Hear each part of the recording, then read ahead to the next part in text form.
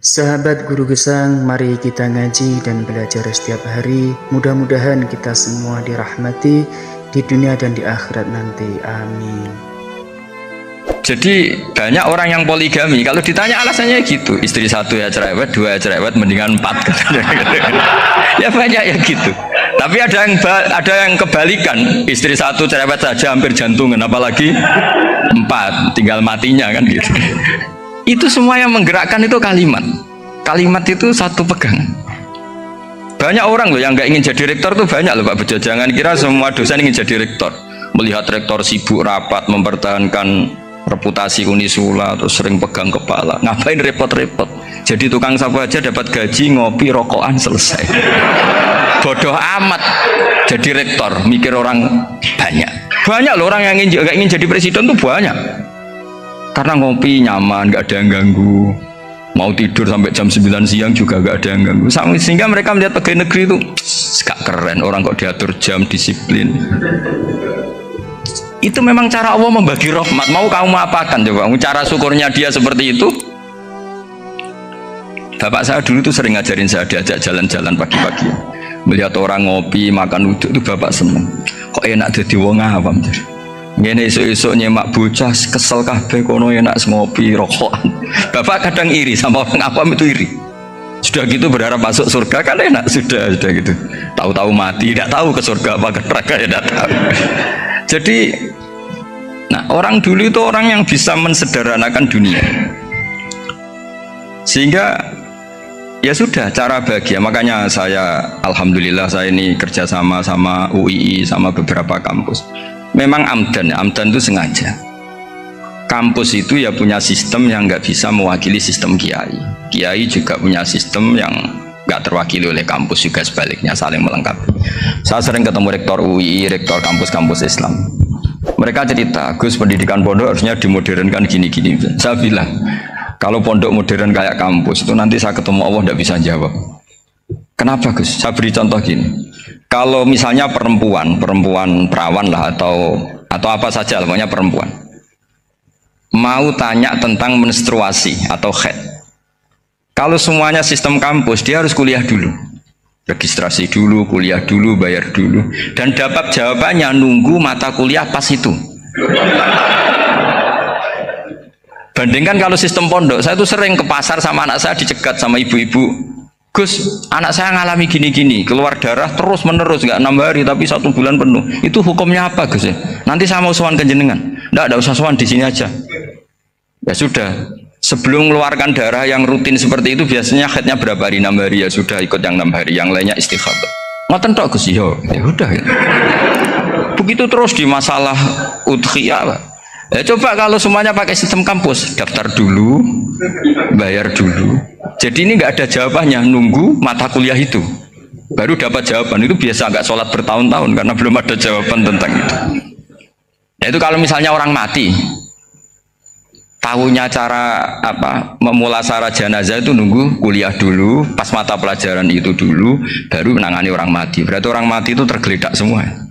Tapi kalau kiai kan enggak. Kesini orang mati terbakar, kalau dimandiin malah badannya copot-copot, itu gimana hukumnya? Ini ada orang mati Gus Kendat, ini disolati apa enggak? Ada orang mati apa itu oplosan ya, itu disolati enggak? So sering ditanya gitu. Gak usah registrasi Pak Rektor, gak usah registrasi, gak usah daftar, gak usah seminar. Makanya kalau orang kampus wani kiai itu yuk kualat tenan gitu, karena ini yang on time. Tapi pondok seperti saya ya ikrar seikrar-ikrarnya pentingnya kampus karena melatih efisiensi waktu, disiplin, tata kelola manajemen, sehingga kita ya hormat. Tapi tadi kita harus saling melengkapi, sehingga saya tunjukkan ke publik bahwa saya hormat sekali sama polisi, sama tentara. Coba kita bisa apa ngadepi bandar narkoba kalau enggak polisi, bisa apa coba menjaga NKRI kalau enggak tentara. Begitu juga ya sudahlah, kita memang fa'inayadawahi ma'al jamaah, kita berkah itu kalau bersama-sama, tidak bisa kita sendiri. Nah lalu orang kayak saya itu ya beberapa kali sebetulnya saya itu ditawanin jadi dokter honoris causa apa. Kekhawatiran saya satu, takut pas nggak punya uang. Itu dokter gak di duit kan gak pantas gitu. Jadi repot gitu, daripada beban lah sudah lah, nggak usah dokter. Jadi kalau nggak punya uang ya pantes, terus kalau ngebis ya pantes, suatu saat kalau mati nggak ada yang hadir ya pantes, nggak dokter gitu. Kalau sudah dokter kok masuk neraka, dokter kok masuk neraka, kayaknya apalagi rektor kampus Islam kok masuk neraka itu kan kok kayak nggak pas itu. Misalnya rektor lah ditanya mungkar nakir, nggak bisa kan, kayak gimana gitu. Makanya harus sering ngaji saya supaya nggak malu di depan mungkar nakir. Masa rektor ditanya mungkar nakir nggak bisa. Harus berani bentak. Ini saya rektor loh Pak mungkar nakir. Masa kalau wali-wali dulu berani. Masyhur di cerita wali-wali ditanya marabbuka manabuka. Saya ini guru tauhid. Kok kamu tanya marabbuka manabuka yang ngotok? Kamu tidak pernah ngaji, enak aja tanya. Jadi wali-wali itu ya rileks ngadepi mungkin. Saya akan rileks wali di Bang Parik baru saya yakin itu. Karena wali itu lebih dekat Allah. Sehingga orang dulu itu saya ulang lagi ya, ada satu kearifan namanya hidup itu apa? Hidup itu adalah cari sebanyak mungkin supaya hidup itu tidak tergantung pada banyak hal. Sehingga misalnya cara berpikir orang-orang modern itu sebenarnya banyak orang-orang ilmuwannya nggak ngagumi Amerika. Bukan karena angkuh ndak. Untuk mempertahankan kebesaran negara sebesar itu, kebutuhan listriknya besar, kebutuhan tentaranya besar, kebutuhan apa. Sementara negara kayak Venezuela atau Swiss kebutuhannya ada banyak. Pertanyaannya, yang tergantung dengan banyak hal sama yang tidak tergantung banyak hal, itu pinter mana? Kalau dibalik pertanyaannya gitu, negara-negara maju itu tidak keren kalau dibalik pertanyaannya. Orang yang untuk mempertahankan eksistensinya banyak, butuh banyak hal, dengan yang tidak butuh banyak hal, itu pinter mana? Orang yang bahagianya nunggu jadi dokter, nunggu jadi kiai besar, kiai viral, dengan orang yang bahagia cukup dengan ngopi, itu pinter mana? Tapi kalau dibalik pertanyaannya, orang yang tahunya nikmat hanya kopi, dengan nikmat yang banyak, pinter mana? Makanya Mbah Mun tuh kalau guyon itu lucu. Aku ikut saake ambek wong desa sing mlebu swarga. Saya dulu eskal mlebu swarga kok disakeni. Akhirnya beliau memberi penjelasan. Wong desa iku roe pakanan enak, iku mau kopi mbek uduk. Lah swarga iku mau nuruti sing dikarepno. Akhirnya semua mangan wis ngopi, nguduk, ngopi ora roh pakanan liyane iku ora roh. Nasi mandi yo ora roh, pizza yo ora roh apa-apa. Terus saya bilang, wah lah niku nak nganti selera tentang wanita cantik.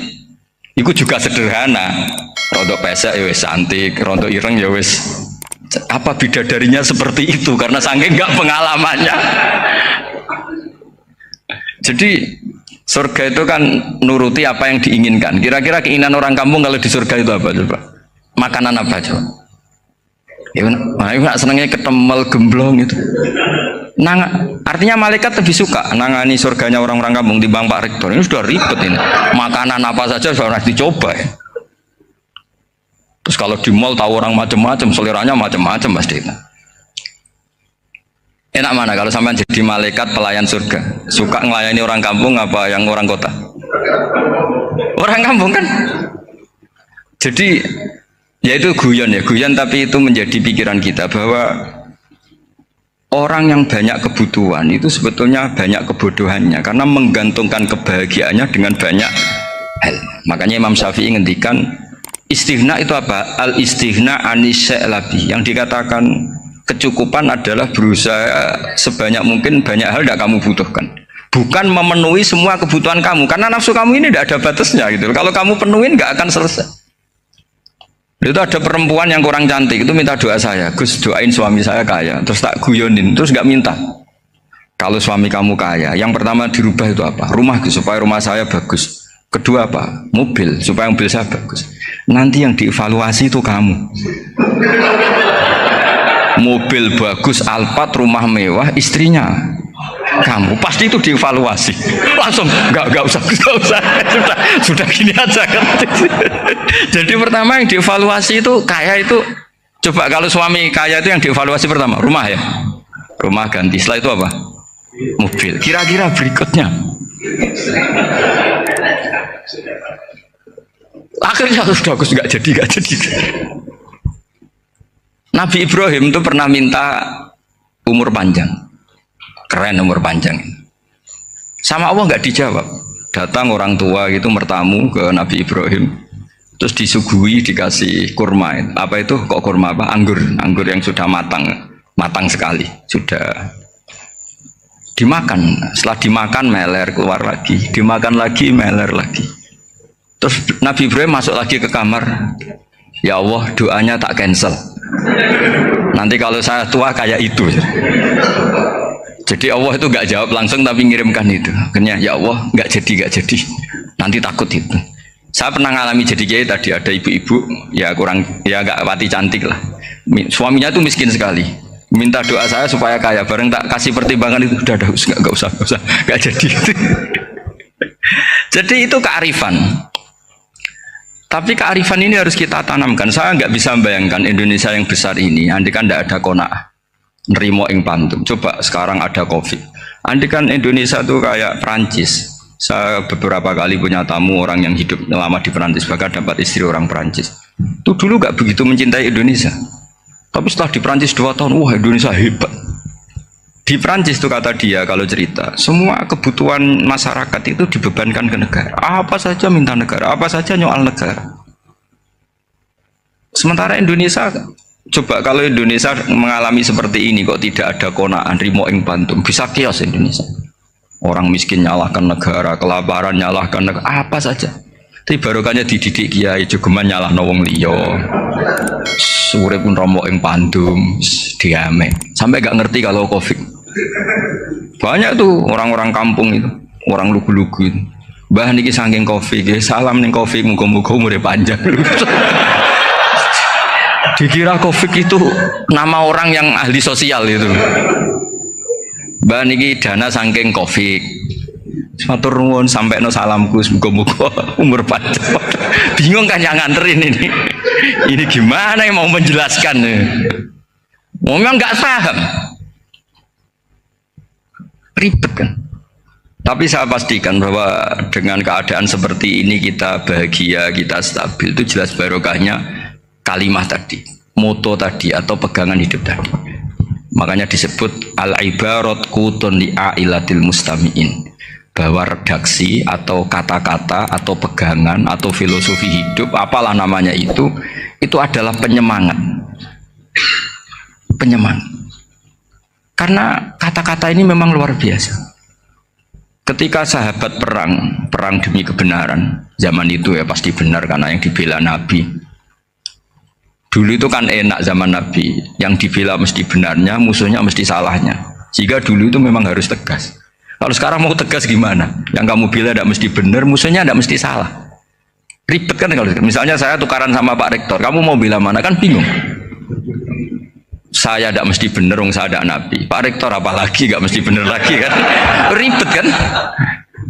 Jadi kalau kita mau perang sekarang itu mau pede gimana? Enggak. Makanya banyak ulama sekarang tuh mau tegas tuh nggak berani karena ya banyak hal yang abu-abu lah wilayahnya. Misalnya pilihan presiden atau pilihan bupati, pilihan menteri. Kamu mati-matian bela itu, yang kamu bela tidak mesti benar, musuh kamu tidak mesti salah. Misalnya pilihan bupati, wah ini kabupaten ini baik kalau bupatinya ini, yang satu bilang ini, terus tim suksesnya kamu tanya, kamu yakin? Ya tidak juga. Lah kenapa semangat? Kan saya botohnya, paling alasannya ya itu aja, bukan yang lain. Beda dengan zaman Nabi, nabinya mesti benar, Abu Jahalnya mesti salah. Kan enak aturan mainnya jelas. Singkat cerita dalam perang itu banyak sahabat yang alami luka, ngalami apa gitu. Kemudian curhat lah ke Nabi, ya Nabi gara-gara derekkan jenengan, ngikuti jenengan saya harus ngalami seperti ini. Ngiranya orang itu diapresiasi sama Allah keluarnya. Ternyata sama Allah nggak diapresiasi. Malah diturunkan ayat intakunu ta'lamuna fa innahum ya'lamuna kama ta'lamun wa tarjuna minallah malah yarjun. Kalau kamu sakit karena perang, orang-orang kafir itu ya sakit, itu saja berani padahal demi kekafiran. Wa tarjuna minallah malah yarjun, padahal kamu punya nilai lebih yaitu berharap kepada Allah yang mereka tidak punya. Saya jadi kiai itu ya kadang mangkel. Karena yang benci ya benci, yang seneng itu ngel-ngel loh kayak Pak Bejo. Jadi semuanya ribet. Nah iya, yang benci ya ganggu, yang seneng ya ganggu tambah nemen. Seribet. Tapi kalau sudah ingat bandar narkoba, mereka berhadapan dengan polisi, kadang ditembak karena kesalahannya terlalu fatal. Antar persaingan mereka juga bisa tembak-tembakan karena merebut pasar narkoba. Itu saja mereka berani. Kok kita yang jadi kiai kadang dicium tangannya, dihormati, gak berani, hanya takut apa ya, musibah-musibah kecil atau problem-problem kecil. Lah iya, kalau kita bandingannya gitu. Kalau kamu mau tahajud kedinginan, itu masih nanti dihisab Allah itu gitu. Maling ayam itu keluar malam-malam, hanya dapat ayam. Itu gak takut dingin.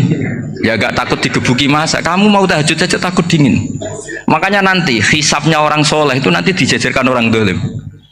Terus diperbandingkan. Wah itu habis kamu kalau itu. Jadi misalnya Unisula mau rapat, tapi ini malam, kalau malam dingin nanti sama masuk angin. Wah anak-anak pang di perapatan aja berani kamu. Kalau sudah perbandingannya gitu tuh ribet kita nanti. Makanya itu kalimat itu moto atau filosofi hidup. Sehingga diulang lagi nasihat itu. Iyam saskum korhun fakodu masal koma korhum mislu. Kalau kamu kena luka, orang-orang yang nggak benar juga akan kena luka. Itu aja berani demi ketidakbenaran. Masa kamu demi kebenaran nggak berani? Akhirnya orang itu, ya itu kalimat, itu heroik. Makanya kita ini penting ya, makanya tadi himne Unisula dimulai kalimat thayyibah. Karena kalimat ini yang menjaga kita kalimat ini. Misalnya tentang Tuhan. Kenapa orang Islam imannya kokoh seperti ini, termasuk yang sudah hidup di Amerika, di Australia, di mana-mana. Itu ya barokahnya ajaran atau barokahnya kalimah. Saya sebut kalimah saya pakai bahasa santri. Karena la ilaha illallah itu dalam tradisi santri disebut kalimatu haqqin alaiha nahya wa alaiha namut wa alaiha nub'ats. Ada yang riwayat wa bi nub'ats insyaallah taala minal aminin. Kenapa mereka di mana-mana meskipun sekolah di Amerika, di Australia, bahkan di Uni Soviet tetap mukmin? Itu barokahnya ajaran yang benar. Allah itu siapa? Tuhan. Tuhan itu sifat dasarnya apa? Awal. Dia harus wujud awal sebelum makhluk yang lain. Sehingga ketika ada negara yang maju, yang tertib, manajemennya tertib, masyarakatnya makmur, tapi punya Tuhan yang tidak seperti itu, tidak awal, itu sudah gak nyaman. Karena ndaklah keren Tuhan saya, karena Tuhan saya itu al-awwal, zat yang pertama. Tuhan saya keren lah, zat yang nggak mati, Tuhan yang nggak mati, yang nggak pernah mengalami kematian. Sehingga tontonan atau yang dilihat kenikmatan-kenikmatan yang lain ini tidak mengubah dia pendirian tentang Tuhan, karena mantapnya satu kalimat tadi bahwa Tuhan itu ya harus satu, harus awal, harus tidak mati, tidak rusak, tidak mengalami apa-apa yang membahayakan. Sehingga ketika ditawarin Tuhan yang lain, meskipun menjanjikan secara finansial atau kemakmuran, mereka gak tertarik. Itu coba, itu barokahnya makmur apa barokahnya ajaran? Barokahnya ajaran. Sering negara Islam itu kalah makmur dengan mereka, tapi barokahnya ajaran ini tetap apa? Tetap Islam. Makanya Nabi Ibrahim, Nabi yang sukses bikin wa ja'alaha kalimatam baqiyatan fi aqibi. Sehingga kita ini bekti sama orang tua misalnya, itu ya karena ajaran. Suwargamu itu karek wong tuamu, nak wong tuamu ridho Allah ridho, nak ora ridho Allah ora ridho. Ridho wa fi ridhol walidain wa sakhatu wa sukhtu wa fi sakhatil. Sehingga ketika ada orang tua yang agak brengsek gitu, anak-anak tetap hormat. Punya orang tua yang miskin, yang sudah miskin, tukang tombok nomor, banyak kan di kampung gitu, ya tetap hormat. Coba kalau dari awal kita ngajari orang tua kamu hormati ya, kalau baik, kalau tidak usah, bisa geger Indonesia. Tapi barokahnya ajaran-ajaran itu Indonesia tertib karena ada ajaran. Nah ini di sini pesantren dan Unisula semua harus berkontribusi membuat ajaran yang benar. Itu adalah ciri utama Islam. Sehingga Islam ini dimulai dengan ajaran kalimatu haqqin alaiha nahya wa alaiha namut. Sehingga kita tenang seperti ini. Saya ini termasuk kiai yang tenang, meskipun kata orang banyak saya ini kiai besar, tapi termasuk kiai yang paling tenang, termasuk yang paling tenang. Karena saya ini pakai mazhab orang-orang hebat. Saya berkali-kali cerita, orang kayak Imam Syafi'i itu orang yang luar biasa. Saya berkali-kali cerita, orang yang tadi nyium tangan kamu ya Imam Syafi'i di belakang tuh ngerasani kamu, menghujat kamu. Jawabannya enak saja. Berarti saya alhamdulillah orang yang wibawa. Buktinya di depan saya nggak berani. Jadi enteng saja. Diceritain sebagian kampung, sebagian separuh dari warga kamu itu nggak suka kamu. Ya bagus lah nggak suka saya, nggak akan utang duit saya. Di mana-mana orang utang tuh karena teman dekat. Kalau nggak seneng pasti minimal nggak utang, nggak pinjam mobil, nggak pinjam apa. Berkah mana yang seneng sama yang gede?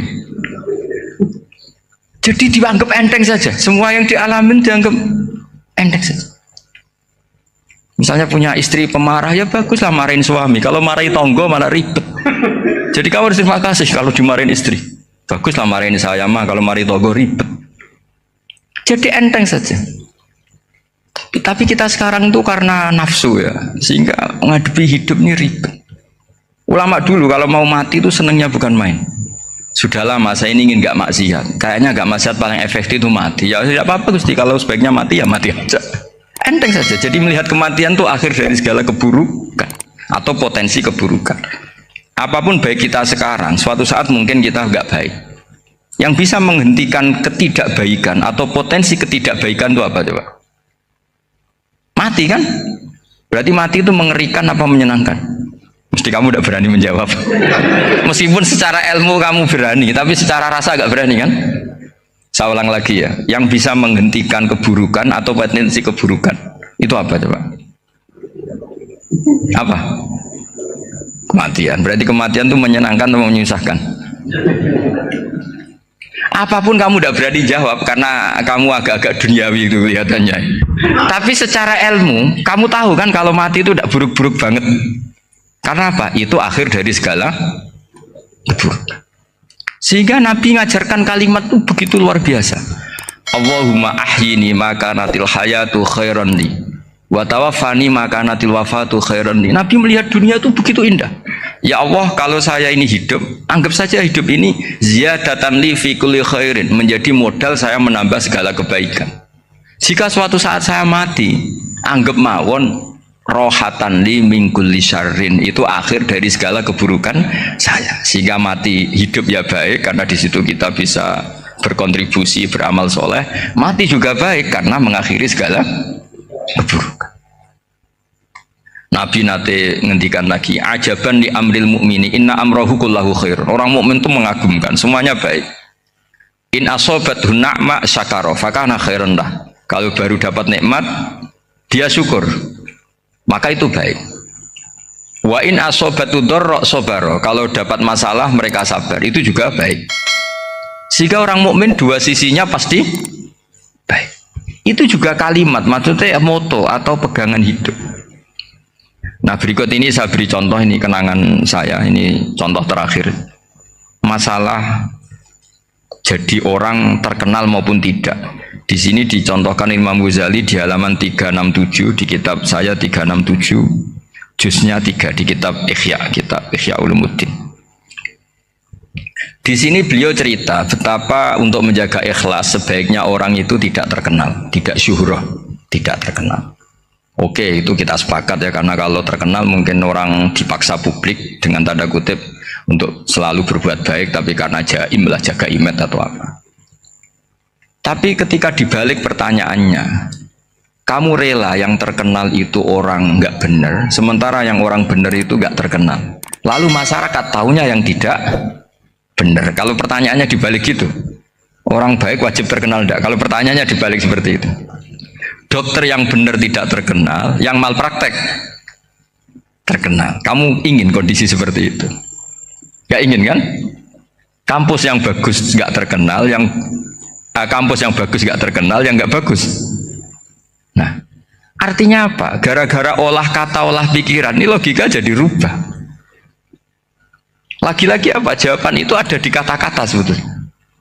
Makanya bab-bab seperti ini tidak usahlah kita berdebat, berpolemik. Sebaiknya orang itu humul, menutup diri, apa sebaiknya orang terkenal, itu nggak perlu seperti itu. Sudah terserah Tuhan saja.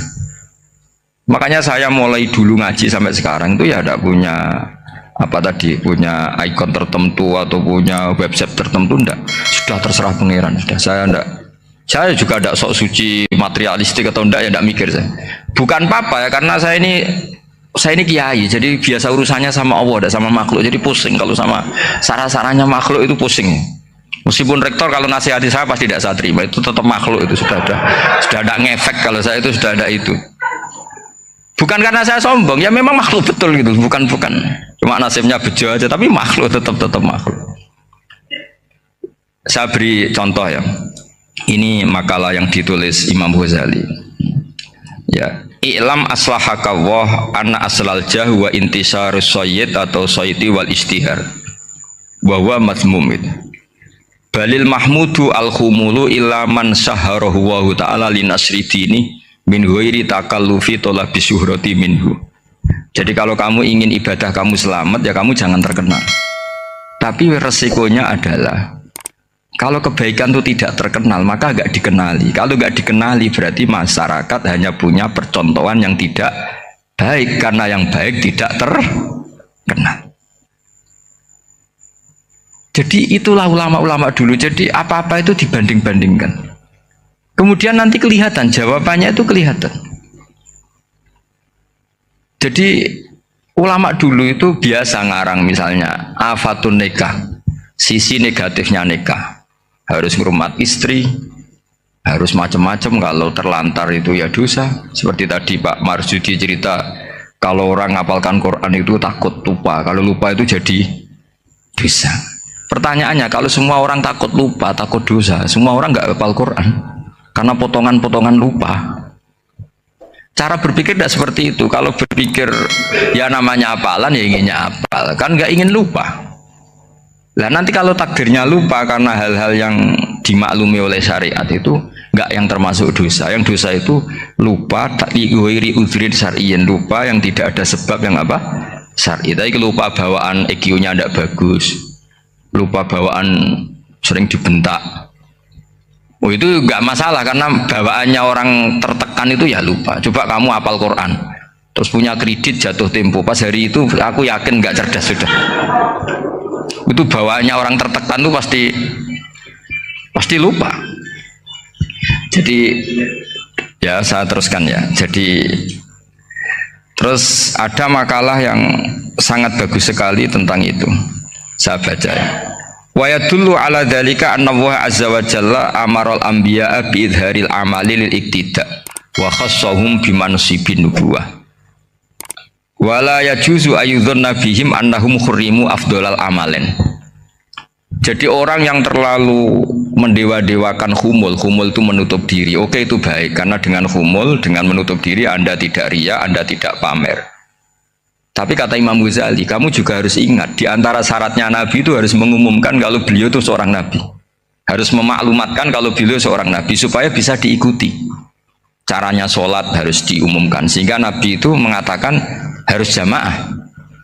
Karena dengan cara jamaah itu bisa solu kama ra'aitumuni usolli. Coba kalau Nabi sholatnya nggak diperlihatkan, kamu harus sholat yang benar. Caranya gimana ya Rasulullah? Itu rahasia. Bingung nggak kira-kira? Bingung nggak? Ya misalnya amal rahasia selalu lebih baik. Terus ada pertanyaan, Nabi ngendikan kamu sholat yang benar. Caranya gimana Nabi? Ya itu rahasia. Terus gimana coba? Tapi Nabi ngendikan apa? Shollu kama ra'aitumuni usolli. Ya sudah kamu sholat, niru saya sholat. Berarti Nabi sholatnya diperlihatkan apa disembunyikan? Diperlihatkan. Jadi begitu juga saya berkali-kali bilang, orang tahu kalau itu bidan ya berdasar tulisan itu bidan. Tahu kalau itu dokter gigi ya itu dokter gigi. Jangan sampai gara-gara tidak ada tulisan mau beli alat bangunan di dokter gigi, mau periksa gigi di toko bangunan. Gara-gara apa? Nggak ada maklumat. Nah, di sini ulama-ulama selalu memaklumatkan dirinya. Termasuk Imam Ghazali ketika ngarang kitab dinamai Ihya Ulumuddin, bahwa kitab ini bisa menghidupkan ilmu-ilmu agama yang mulai hilang. Begitu seterusnya. Jadi ini ngaji ya. Jadi orang itu harus ngerti. Jadi jangan nuruti emosi sendiri atau logika sendiri. Bahwa saya suka humul, ya monggo, agama Islam menyediakan sarana itu. Uzlah itu ya punya sisi kebaikannya sendiri. Tapi syuhrah terkenal asal tidak nuruti nafsu juga punya sisi kebaikannya sendiri. Setidaknya umat ini punya satu master kebaikan yang mudah diakses. Tapi tadi saya ulang lagi, jangan karena hadun nafsi, jangan karena kepentingan pribadi. Makanya di sini disebutkan wa yadullu ala dzalika ay ala syuhrah annallaha ta'ala amarul anbiya bi dzaril amal lil iktida. Allah selalu memerintahkan para nabi kalau ngamal kebaikan ya harus dimunculkan supaya bisa ditiru. Yaitu tadi kita tidak bisa bayangkan kan kalau misalnya nabi menyuruh kamu harus sholat yang benar, kemudian sholatnya nabi sembunyi. Lalu ditanya, nabi saya niru siapa? Wah itu rahasia, kamu nggak boleh lihat sholat saya takut tidak ikhlas. Ribet kan? Sehingga jamaah itu statusnya tetap harus. Nah bedanya harus ini ulama berpendapat harus yang apa? Fardu kifayah. Tapi fardu itu maknanya harus. Tapi bukan berarti kalau nggak jamaah sholatnya nggak sah, nggak, tetap, tapi statusnya jamaah tetap apa? Harus. Nah barokahnya harus ini orang yang baru sholatnya langsung bener karena ada yang diikutin. Coba kalau mantan dukun baru sholat terus sholat sendiri, itu mesti mirip mantra ya. Karena dia tidak ada master percontohannya. Tapi barokahnya ada master, orang paling bodoh pun kalau sholat ya bener karena standar, ada komandonya, ada imamnya. Sehingga Imam Ahmad malah berpikir keras, syarat sahnya sholat itu harus jamaah. Cara pikirannya Imam Ahmad keras sekali beliau. Sehingga kalau orang sholat sendiri kok ada orang lain yang maunya berjamaah harus bayar, orang itu harus bayar demi sahnya sholat. Itu madzhabnya Imam Ahmad. Tapi kalau madzhab Syafi'i hanya mengatakan fardu kifayah, yang kalau satu komunitas. Jadi tak baca lagi biar dapat berkahnya Imam Ghazali, asirru afdalu minal alaniyati. Terus kata sebagian ulama, al alaniyah itu afdal minas sirri. Terus diperbandingkan baik yang mana amal dipertontonkan sama anda. Terus kata Imam Ghazali, kalau orang itu bisa jaga tidak riya, maka sebaiknya dipertontonkan karena kebaikan harus yang muncul, bukan yang tidak baik yang muncul. Makanya ketika memaklumatkan diri sebagai ingin jadi generasi khairah ummah, itu kalau diterjemah itu kan wow, khairah ummah, umat terbaik. Itu kan kayak agak angkuh. Tapi nggak apa-apa, itu nggak apa-apa. Masa kita kampanye siap degradasi moral kan ya lucu kan. Masa jualan gitu kan ya lucu. Kita memang ingin mengkhidmati ummah, berbakti dengan umat, membantu supaya jadi generasi khairun apa? Ummah. Nggak apa-apa, dimaklumatkan supaya dengan itu umat punya sarana. Oh kalau ingin jadi khairun ummah, kuliah di sini. Jangan lalu enggak gitu. Ya sama kita dokter, maklumatkan saja dokter gigi, dokter kandungan, dokter bedah. Sehingga orang kalau mau bedah ya jangan ke dokter kandungan. Jadi barokahnya maklumat ya. Jadi saya mohon sekali ini, saya sendiri sebetulnya orang yang nggak siap terkenal sebetulnya, tapi ya sudah terserah Allah saja. Kalau itu cara Allah menyebar kebaikan ya monggo, pokoknya kita tawakal saja sama Allah Subhanahu wa Ta'ala. Ya saya kira demikian. Assalamualaikum warahmatullahi wabarakatuh.